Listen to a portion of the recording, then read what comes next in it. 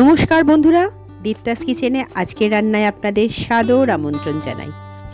আজ নিয়ে এসেছি আমাদের সবার প্রিয় মশলাদার খিচুড়ির রেসিপি। শীতে, বর্ষায়, পিকনিকে রান্না করতে ইচ্ছে না হলেও আমরা সহজেই খিচুড়ি যাতে বানাতে পারি তারই হদিস দেওয়া রইল এই রেসিপিতে। আসুন তবে শুরু করা যাক।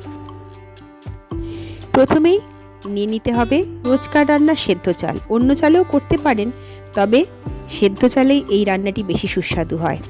যতটা চাল নেওয়া হয়েছে তার অর্ধেক পরিমাণে মুগ ডাল নিতে হবে এবং অর্ধেক পরিমাণে আস্ত মুসুর ডাল, অর্থাৎ 1 বাটি চালে আধ বাটি মুসুর ডাল এবং আধ বাটি মুগ ডাল নিতে হবে। চাল ভালো করে জলে ধুয়ে আধ ঘন্টা ভিজিয়ে এইভাবে জল ঝরিয়ে রাখতে হবে। এরপর 2টি পেঁয়াজ নিলাম, একটা টমেটো, অল্প আদা, 8-10 কুচি রসুন আর 2টি কাঁচা লঙ্কা নিয়ে নিলাম। এগুলিকে একসাথে বেটে একটা মিহি পেস্ট তৈরি করে নিলাম। এরপর নিলাম শুকনো লঙ্কা, তেজপাতা, দারচিনি, ছোটো এলাচ, লবঙ্গ, জিরে এবং কটা কাজু বাদাম। আলু ডুমো করে কেটে নিয়েছি। এবার এই আলুতে হলুদ আর নুন মাখিয়ে আলাদা করে সরিয়ে রাখতে হবে। এরপর কড়াই গরম করে তাতে প্রথমে মুগ ডালটা দিয়ে ভালো করে নেড়েচেড়ে ভেজে নিতে হবে। একটু ভাজা ভাজা হলে এতে মুসুর ডালটা মিশিয়ে দিতে হবে। এরপর মুগ আর মুসুর একসাথে মাঝারি আঁচে 1 থেকে 1.5 মিনিট ভালো করে নাড়াচাড়া করে একটা পাত্রে আমরা ঢেলে নেব এবং জল দিয়ে ভালো করে ধুয়ে পরিষ্কার করে জলে ভিজিয়ে রাখতে হবে।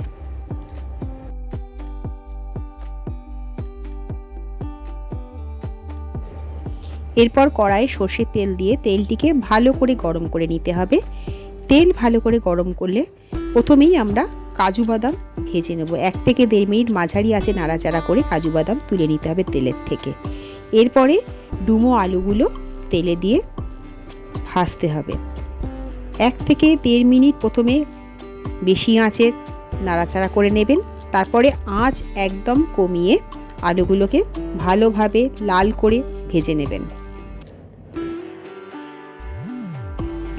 যতক্ষণ আলু ভাজা হচ্ছে ততক্ষণ আমরা খিচুড়িটা বসিয়ে দিই। আসুন, একটা বড় কড়াইতে আমি বসাচ্ছি, আপনারা হাঁড়িতেও পারলে বসাতে পারেন। প্রথমে জল নিয়ে তাতে ভেজানো চালটা দিয়ে দেবেন।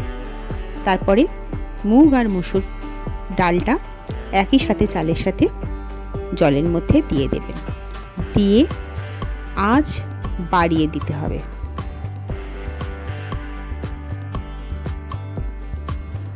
এরপর খুন্তির সাহায্যে চাল ও ডাল ভালো করে মিশিয়ে নিলাম এবং এতে 1 চামচ হলুদ এবং স্বাদ অনুযায়ী নুন দিয়ে দিলাম। এবার আস্তে আস্তে জলে চাল আর ডালটা ফুটতে থাকুক। আসুন আমরা আবার ভাজা আলুর দিকে যাই। আলু মোটামুটি কম আঁচে লালচে হয়ে ভাজা হয়েই এসেছে। একটু নাড়াচাড়া করে আমরা এক এক করে আলুটা কড়া থেকে তুলে নেব। এবারে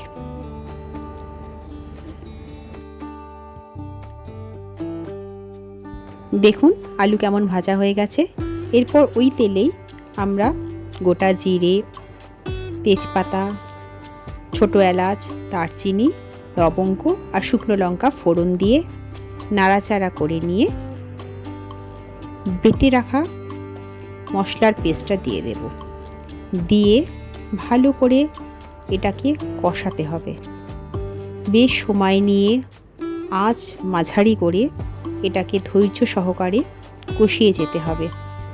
কষানোর মাঝখানেই দেব 8 চামচ হলুদ, স্বাদ অনুযায়ী নুন, কাশ্মীরি লঙ্কার গুঁড়ো 1 চামচ,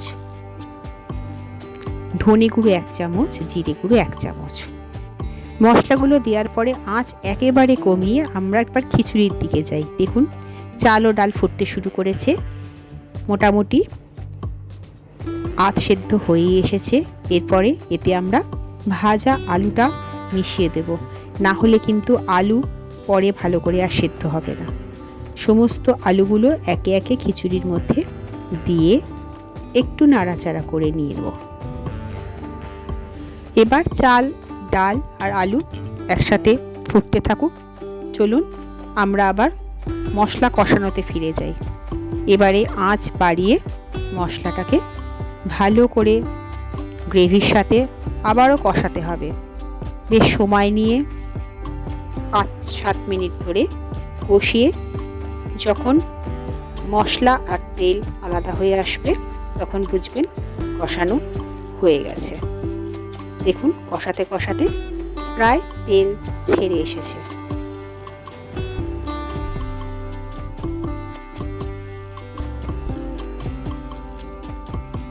এদিকে চাল, ডাল আর আলুও একসাথে ফুটে প্রায় সেদ্ধ হয়ে এসেছে।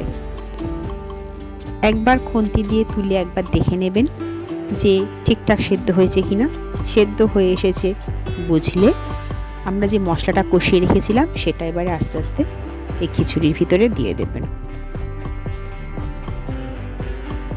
সমস্ত মশলাটা দেওয়া হলে এটাকে ভালো করে খিচুড়ির সাথে মিশিয়ে নিতে হবে। এই পর্যায়ে এসে এবারে আমরা ভেজে রাখা কাজু বাদামগুলো খিচুড়িতে মিশিয়ে দেব।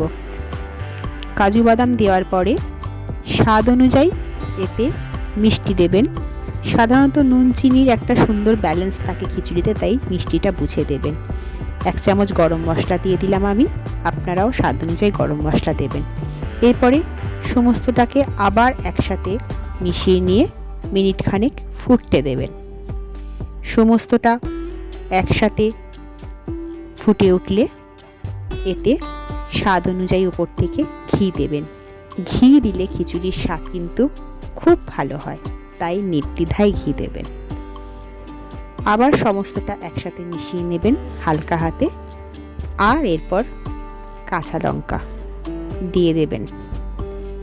দিয়ে আরও 2 মিনিট ফুটতে দেবেন এবং গ্যাস বন্ধ করে দেবেন। আমাদের অতি প্রিয় মশলাদার খিচুড়ি পরিবেশনের জন্য একদম তৈরি। অবশ্যই গরম গরম এটি পরিবেশন করবেন। প্রত্যেকের মন যে আপনার এই রান্না ছুঁয়ে যাবে তার বলতে বাকি থাকে না। বাড়িতে অবশ্যই একদিন চেষ্টা করবেন, কেমন হলো আমাকে জানাবেন। আপনাদের কমেন্টের অপেক্ষায় থাকব। আমার রান্নাটা ভালো লাগলে একটা লাইক করে দেবেন। আবার খুব শীঘ্রই আপনাদের কাছে আসব অন্য কোনো ভালো রেসিপি নিয়ে। আজ তবে আসি, সবাই খুব ভালো থাকবেন, আনন্দে থাকবেন। নমস্কার।